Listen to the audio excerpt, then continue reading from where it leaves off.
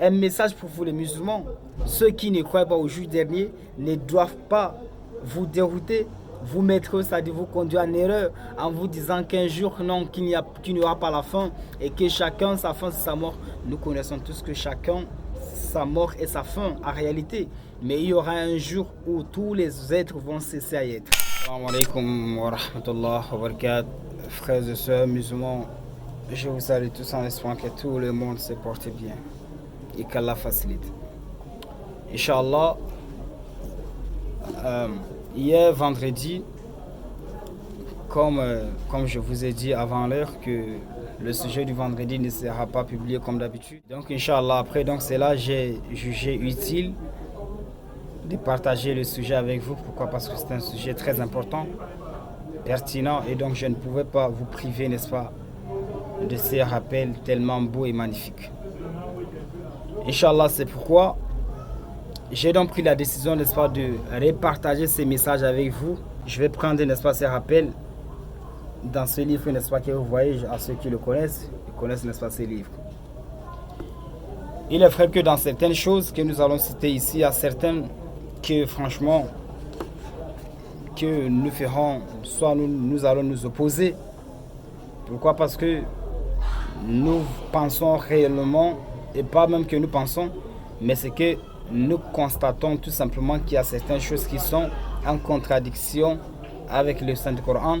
Et donc, comme nous avons une position fixe, que nous croyons au hadith, mais tout hadith qui contredit le Coran, soit qui contredit l'honneur, la dignité du prophète Mohammed, alors ces hadiths ne viennent pas du prophète Mohammed, et raison pour laquelle nous rejetons certains hadiths. Pourquoi? Parce qu'ils sont en contradiction avec le Saint-Coran. Mais sinon, si peut-être qu'une personne vous dise que Youssouf Mohammed contredit les hadiths, soit je rejette les hadiths, franchement, c'est un mensonge forgé. En réalité, je suis un croyant et je crois au Coran ainsi qu'à la sunna du prophète Mohammed. Donc, ce que nous allons voir ici, c'est que ce sont les hadiths et également avec certains versets du Saint-Coran, Coran al-Karim. Alhamdulillah. Dans un hadith, il a été rapporté, un hadith rapporté par Hafiz qui disait, radiyallahu anhu, qala alana nabi sallallahu alayhi wa sallam, wa nahanu natafakkaru, faqala rasulillahi sallallahu alayhi wa sallam, ma tafakkarun, qalu nadhkuru fi sa'a, ou nadhkuru sa'at. فقال رسول الله صلى الله عليه وسلم إنها لن تقوم حتى تروا 10 آيات. Ça a été rapporté par Huzaifa qui disait un jour ils étaient là avec les compagnons, ils discutaient lorsque le messager d'Allah, c'est-à-dire lorsque le prophète alayhi salatu wassalam, donc ils étaient dans un milieu en train de discuter et subitement le prophète alayhi salatu wassalam est venu. Maintenant, qu'est-ce qui s'est passé? Lorsque le prophète vient, il leur pose la question: de quoi discutez-vous? Ils disent que nous discutons sur l'heure, la fin du temps. Alors, vu que c'est un sujet tellement profond, et eux-mêmes ils se mettent à discuter, certains disent que non, les signes, soit la fin du temps sera tel à tel jour, telle date, tel lieu, autre, etc. Donc, la raison pour laquelle ils discutaient, lorsque le prophète est venu, il leur a posé la question sur quoi vous discutez, et ils disent que nous discutons sur l'heure. Il est très bien, vous n'êtes pas censé ignorer que Allah subhanahu wa ta'ala, il nous a clairement dit que il est le seul qui connaît le jour et l'heure et le lieu, c'est-à-dire la fin du temps. De toutes choses vont se réaliser, seul Allah connaît subhanahu wa ta'ala, il est le seul qui connaît le jour. Maintenant, même dans la Bible de nos cousins, on a posé une très belle question à Jésus, fils de Marie, alayhi salatu salam. On pose la question: quand sera le jour? Le jour, c'est-à-dire le jour, le dernier jour, la fin du temps. Le jour sera quand?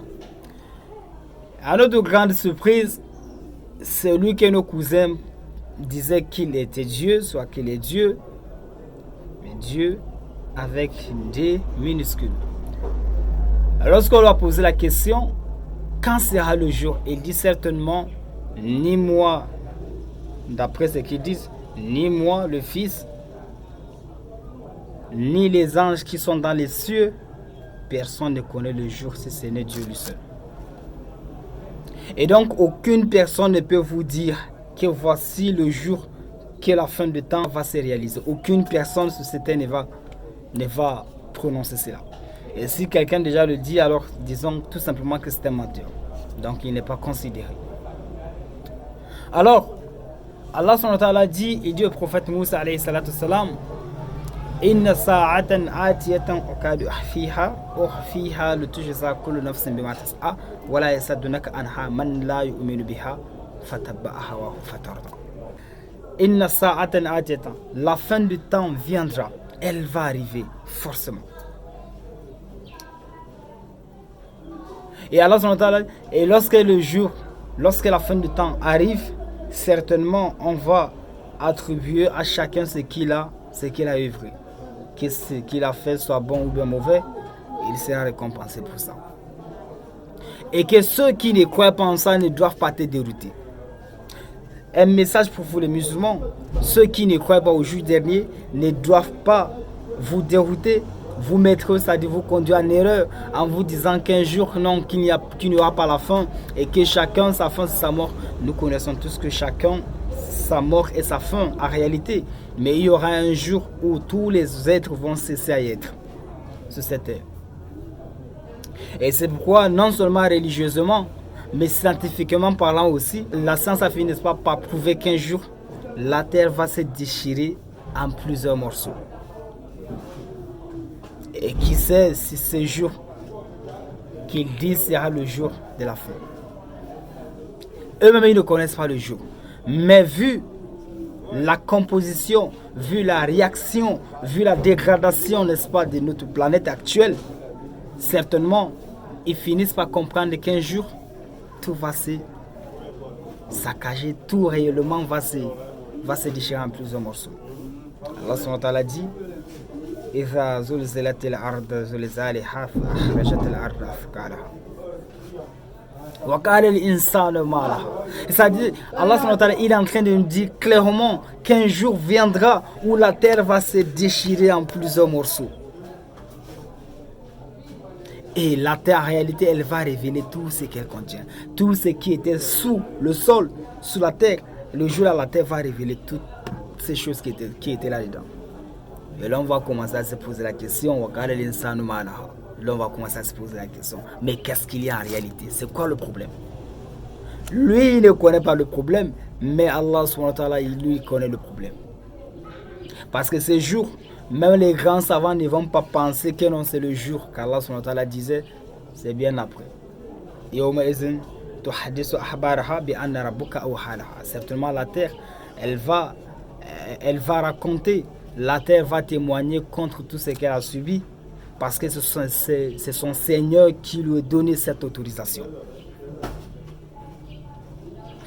Maintenant, vu ceci, c'est-à-dire le jour dernier soit la fin du temps, c'est une chose inévitable.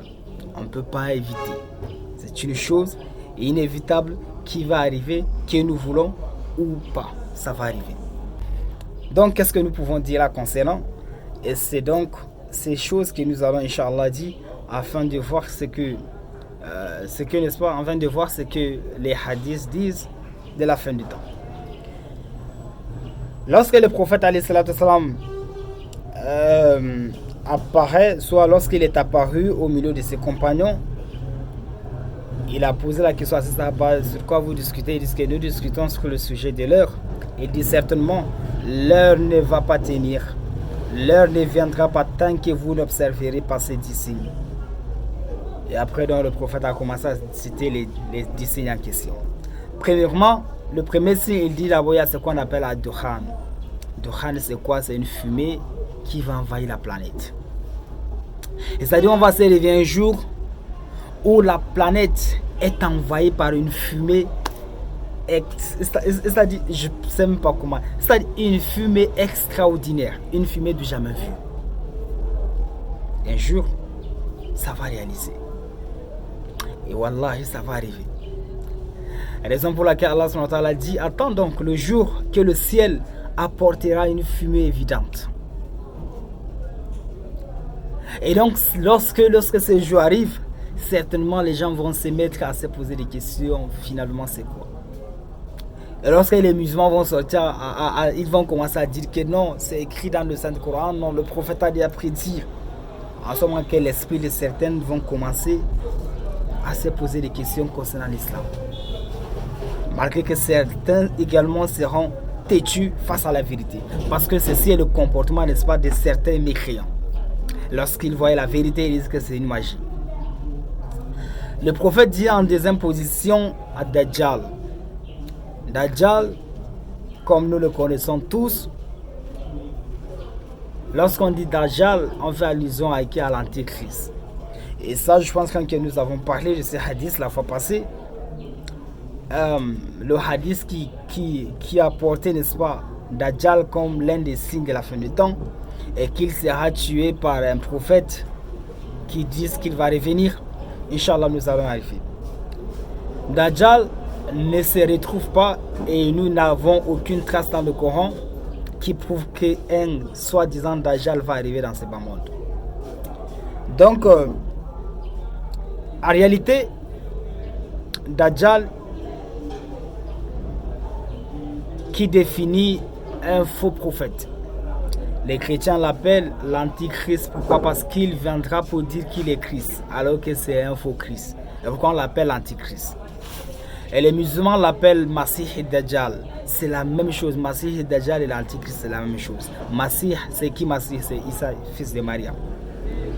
Maintenant, même si que tous les prophètes soient des Masih, parce qu'un Messie veut dire un oint, alors que celui que nous connaissons physiquement, celui que nous connaissons déjà universellement, c'est Jésus. Lorsqu'on dit Masih, on fait directement allusion à Jésus. En réalité, lorsqu'on dit Masih et Dajjal, il est simple de comprendre qu'il s'agit de Jésus. Donc Masih et Dajjal, c'est aussi un faux Messie qui viendra en disant qu'il est Jésus, alors qu'il n'est pas. La différence entre cette croyance et la croyance musulmane, c'est que, entre la croyance chrétienne et la croyance musulmane, c'est que les chrétiens ils disent que celui-là il viendra pour dire qu'il est Jésus, et raison pour laquelle on l'appelle Antichrist. Mais c'est celui que les musulmans attendent, il est plutôt Masih et Dajjal, malgré que sa définition porte également le même nom que l'Antichrist.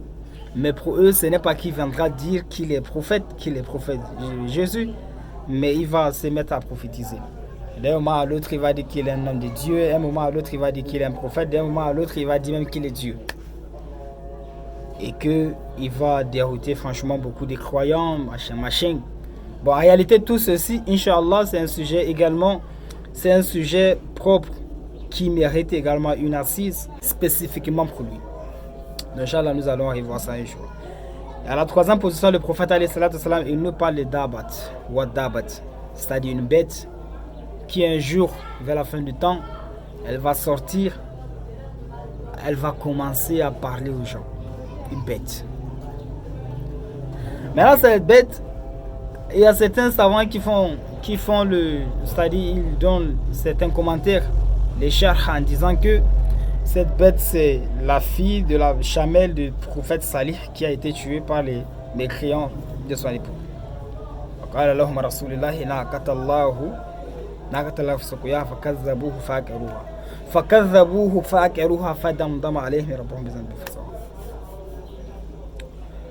Et donc ils disent que la chamelle du prophète Salih qui a été tuée, c'est certainement sa fille qui sortira entre les rochers et elle va commencer à parler aux gens. Dans le Saint-Coran également, cette vérité est confirmée. Donc Inch'Allah, aucun problème. Donc retenez que ceci est parmi les signes de la fin du temps. Donc il y a 10 signes que nous allons parler. Il est vrai, bon, peut-être on peut parler plus, mais Inch'Allah, retenez que cette liste d'abord est la liste des 10 signes que ce hadith, n'est-ce pas, parle. Quatrième position, il dit Watolu Isham Semin Maghrib, la sortie du soleil à l'ouest. Naturellement, nous connaissons tous, n'est-ce pas, que le soleil sort à l'est et se couche où? À l'ouest. Mais ils disent qu'un jour, le soleil va sortir à l'est, à l'ouest, pour finir à l'ouest. Bon, subhanallah. Allah subhanahu wa ta'ala, il dit, il est le maître du lever, ça dit l'est, le maître du coucher, l'ouest. Bon, on finit par comprendre alors aujourd'hui également que le coucher peut devenir aussi un lever. Qu'Allah nous pardonne.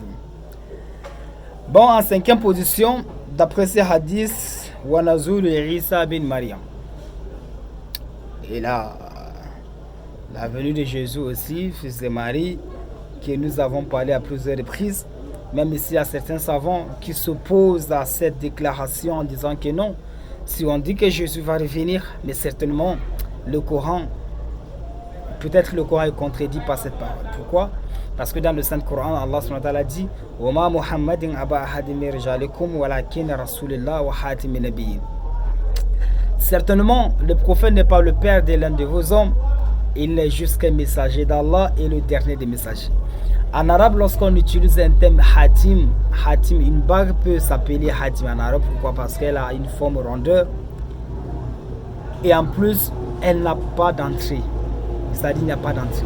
Donc si on dit que le prophète, il est le hatim des prophètes, il est la fermeture des prophètes. Après lui, il n'y a aucun prophète qui va mettre le pied dans ce bâtiment. Sauf ce qu'Allah a voulu.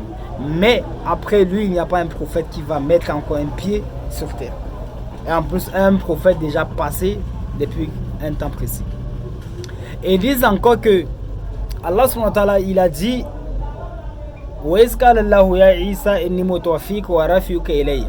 certainement Allah il a dit au prophète Jésus que aujourd'hui je vais mettre fin à ta vie terrestre et puis t'élever vers moi. Et alors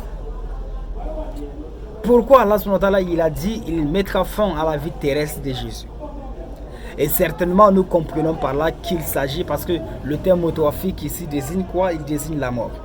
Il est vrai que dans certaines versions, dans certains contextes également, on peut utiliser le terme mutawaffiq pour qualifier, soit pour faire allusion au sommeil. Mais le contexte, le mutawaffiq dans son contexte du Coran, il s'agit tout simplement, n'est-ce pas, de la mort. Il n'y a pas d'autre explication à passer. Maintenant également dans un autre verset, lorsqu'Allah dans la sourate Al-Maïda, si je ne me trompe pas, lorsqu'Allah posera la question à Jésus le jour dernier, est-ce que c'est toi et ta mère qui ont dit que vous êtes des divinités et qu'on doit vous adorer? Qu'est-ce que Jésus, fils de Mariam, dira? Qu'est-ce qu'il va dire? Subhanallah. Moi je ne suis pas connaisseur, je n'ai pas la connaissance. Tu es le seul connaisseur, Allah. Tu m'as envoyé en tant qu'un prophète. Et je suis parti dire ce que tu m'as donné comme parole. J'ai dit ce que tu m'as ordonné de dire pendant que j'étais avec eux. Et depuis le moment où tu m'as fait mourir, je n'étais pas le garant. En réalité, c'est toi qui étais là avec eux. Donc, comme certains disent que Jésus va revenir pour vouloir se justifier, pour dire aux autres qu'il n'est pas prophète, qu'il n'est pas ceci, qu'il n'est pas fils de Dieu, qu'il n'est pas Dieu. Alors, Allah subhanahu wa ta'ala nous montre dans le Saint-Coran que la justification de Jésus ne se fera pas sur cette terre, mais plutôt dans le delà. Parce qu'il dit, mais depuis que tu m'as fait mourir, je n'étais pas avec eux, c'est plutôt toi qui étais là avec eux, Seigneur. Et également, nous disons à ceux-là qui disent que Jésus va revenir c'est-à-dire pour se justifier. Mais nous nous posons la question, pourquoi Uzair aussi ne reviendra pas également pour se justifier face à certains juifs qui disent qu'il est Dieu, qu'il est fils de Dieu. Donc certainement, même ceci est un sujet en particulier. Inch'Allah, un jour, nous allons aussi développer ces sujets. Inch'Allah. Et également en sixième position, le hadith dit également la venue de Ya'juj ou Ma'juj, Gog et Magog. Et certainement, cela également est un sujet très important qui mérite une assise également, une assise particulière. Et ce qu'il faut retenir, c'est que les Ya'juj ou Ma'juj sont aussi un signe de la fin du temps. Et ils sont confirmés par le Saint-Coran Donc il n'y a aucun problème là-dessus. À la 7e position, le prophète a parlé de 3 tremblements de terre. Premièrement, il a parlé d'un tremblement de terre qui va se passer à l'ouest, un deuxième tremblement qui va se faire à l'est, un troisième tremblement qui va se faire, n'est-ce pas, dans la péninsule arabique. Lorsque vous observez que les tremblements de terre sont assez énormes et ils sont de temps en temps, ils se répètent, franchement, c'est un temps dangereux et qui définit une mauvaise nouvelle. Alors qu'Allah nous facilite, nous parlons également pour la 10e position où il dit que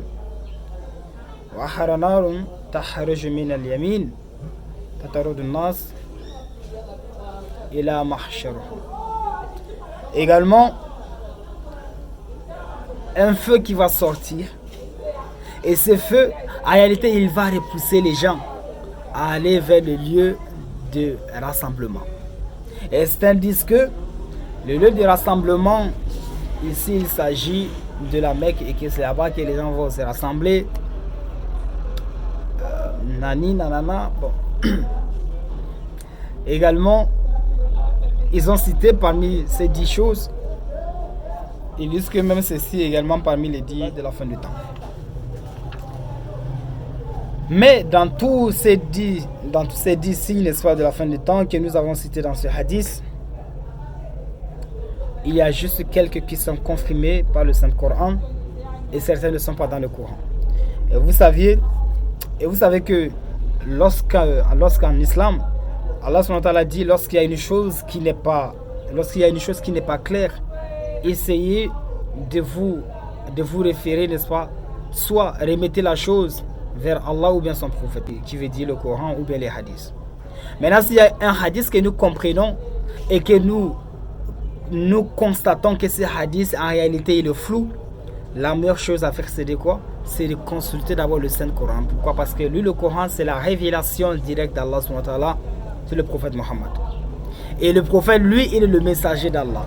Donc le prophète ne peut jamais en aucun cas contredire Allah. Donc la raison pour laquelle s'il y a un hadith qui contredit le Saint-Coran, alors nous disons clairement que ce hadith ne vient pas du prophète. Et c'est simple. Maintenant, ici, Inch'Allah, il est vrai qu'il y a des hadiths qu'il faut qu'on en parle. Il y a certains signes qu'il faut qu'on en parle réellement, mais il n'y a pas le temps puisque pour le moment, c'est pas important. Nous voulons juste, n'est-ce pas, citer quelque chose qui sont mentionnés. Et vous avez vu, lorsqu'on arrive peut-être à une chose qui semble être floue, je faisais toujours, n'est-ce pas, un arrêt pour mettre, n'est-ce pas, dans la mémoire de certaines personnes qu'il y a un problème dans tel lieux. Donc, on va en parler. Également, dans une autre version, parmi les signes déjà écoulés, déjà réalisés, il y a ce qu'on appelle la nomination du prophète alayhi salatu salam comme prophète. Donc, Bo'ithatul Nabi Muhammad sallallahu alayhi wa sallam, Wafatahu, la division de la lune et autres, etc. Donc nous allons Inch'Allah en parler également pour... Alors, dans un hadith rapporté par Sahal bin Saïd, qui disait que قال رأيت رسول الله صلى الله عليه وسلم قال بأصبعه هذا الوسطى والتي تلائ بهما بعثت والساعة كهاتين. Sahal bin Saïd dit un jour qu'il a vu le prophète alayhi salatu salam en train de faire une démonstration avec ses doigts, le pouce et l'index, en disant que la distance entre moi et la fin du temps, c'est juste petit comme ça. C'est petit. Parce que lorsqu'on est en train de donner un petit exemple qui est petit, soit qui est proche, alors on utilise, n'est-ce pas, toujours l'index, le pouce avec l'index. De la raison pour laquelle Sahal bin Saïd dit il a vu le prophète alayhi salatu salam en train de donner ces détails en disant qu'entre lui et la Sa'at, c'est-à-dire la fin du temps, la distance est juste petite comme ça. Alors, également, il dit dans une autre version également, le prophète alayhi salatu salam, il a dit et certainement m'a envoyé comme prophète. Et l'un des signes, soit parmi, n'est-ce pas, les signes, soit des choses à observer pour finalement, pour qu'on s'en rende compte que l'heure est proche. Et dans ces hadiths, suite à ces hadiths, n'est-ce pas, Qurtubi, radiallahu anhu, il a lancé un commentaire en disant que oui, le premier signe de la fin du temps, c'est d'abord l'apparition du prophète Mohammed. Pourquoi? Parce qu'il dit que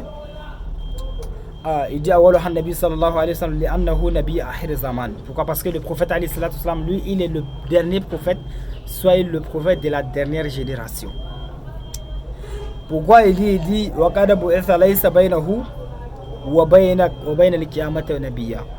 Parce que entre le prophète Mohammed et la fin du temps, il n'y aura pas un prophète.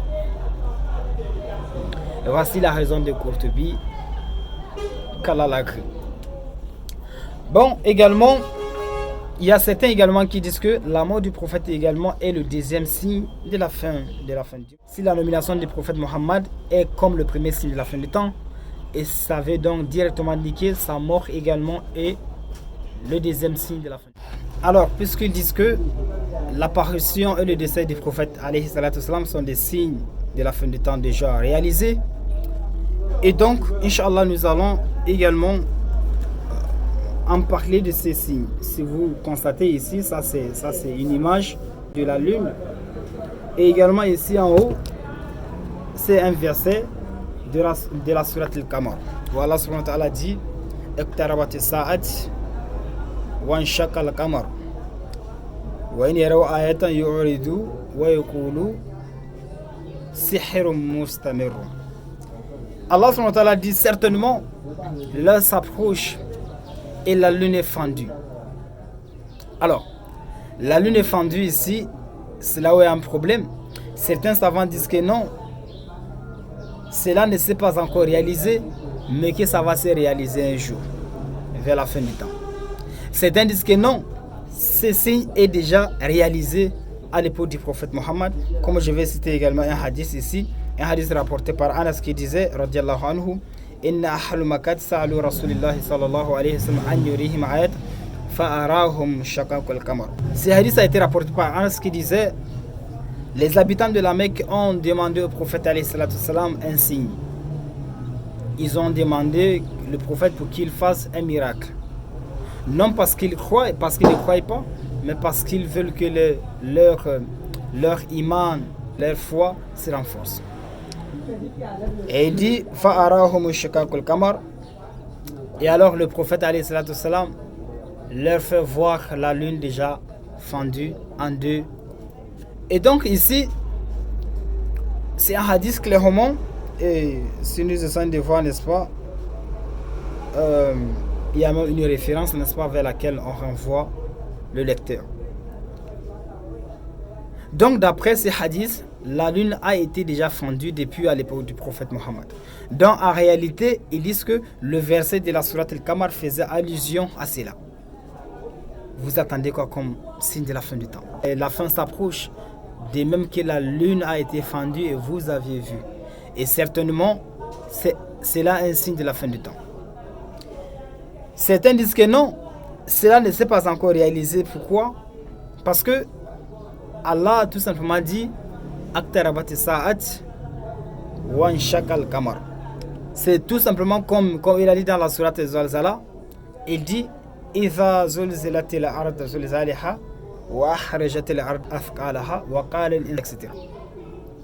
Alors ils disent que le fait d'Allah subhanahu wa ta'ala de dire la terre va trembler, il est en train de dire que Aqtarabati sa'at wa inshaqa al-qamar. Qu'en réalité cela ne s'est pas encore réalisé. Mais pour se limiter, nous pouvons tout simplement, n'est-ce pas, dire que, comme beaucoup de hadiths l'ont rapporté, il y a même dans une autre version où les mécréants de la Mecque sont venus pour vouloir défier le prophète Mohammed, pour lui dire tout simplement que si réellement tu es un prophète de Dieu, alors faites-nous un miracle, soit montre-nous un exemple, un miracle qui nous prouvera, n'est-ce pas, que tu es réellement le messager de Dieu. Et certainement, le prophète, alayhi salatu wassalam, il demanda à Allah de l'accorder ce que les mécréants de la Mecque demandaient. Et Allah a fait que les mécréants de la Mecque, lorsque le prophète Mohammed leur avait dit regardez, et ils ont donc vu comment la lune était divisée en deux. Une partie était devant le mont Hira, une partie était derrière le mont Hira. Mais malgré tout ça, comme Allah subhanahu wa ta'ala a dit wa in yaraw ayatan yu'ridu wa yaqulu sihr mustamir. Et lorsqu'ils voient un signe, lorsqu'ils voient la vérité, ils se détournent de la vérité en disant que c'est une magie éphémère. Et c'est ce qui s'est passé. D'après ces hadiths, lorsque le prophète alayhi salatu wassalam, soit même dans le tafsir de Ibn Kathir, lorsqu'il faisait un tafsir sur ces versets, il dit qu'en réalité ce sont les mécréants de la Mecque, lorsqu'ils posaient la question au prophète de leur montrer un signe, de faire un miracle. Le prophète alayhi salatu wassalam, il leur fait voir la lune divisée et ils se sont détournés de cette vérité en disant que c'est une magie éphémère. Et ils disent, certains d'entre eux disent que attendons plutôt les passagers, les voyageurs. S'ils viennent, si eux aussi confirment qu'ils ont vu la lune fendue, alors peut-être que ce que le prophète Mohammed disait était vrai. Et certains d'eux ont attendu l'arrivée des voyageurs en leur posant la question: est-ce que vous avez vu la lune divisée en deux parties? Ils disent Wallahi lazim, ils ont vu la même chose. Alors ils se sont échangés les versions. Que non, nous étions ici avec Mohammed, nous l'avons demandé de nous prouver qu'il est un prophète de Dieu et nous allons montrer la lune fendue. Donc Inch'Allah, voici quelques signes que nous venons d'en parler. Et Inch'Allah, nous allons développer ce sujet dans l'avenir, Inch'Allah. Et pour tous ceux qui connaissent le livre, et je vous indique, Inch'Allah, c'est un don, c'est l'un des livres qui m'ont été offerts par la société Nama, qu'Allah bénisse cette société, cette association qui fait toujours, n'est-ce pas, ses efforts dans le domaine de la construction, n'est-ce pas, des mosquées, et dans n'importe quelle région, n'importe quelle zone. Inch'Allah, je n'ai aucune chose à dire en dehors qu'Allah bénisse cette association. Assalamu alaikum wa rahmatullah wa barakatuh. Votre frère toujours, Youssouf Mohammed.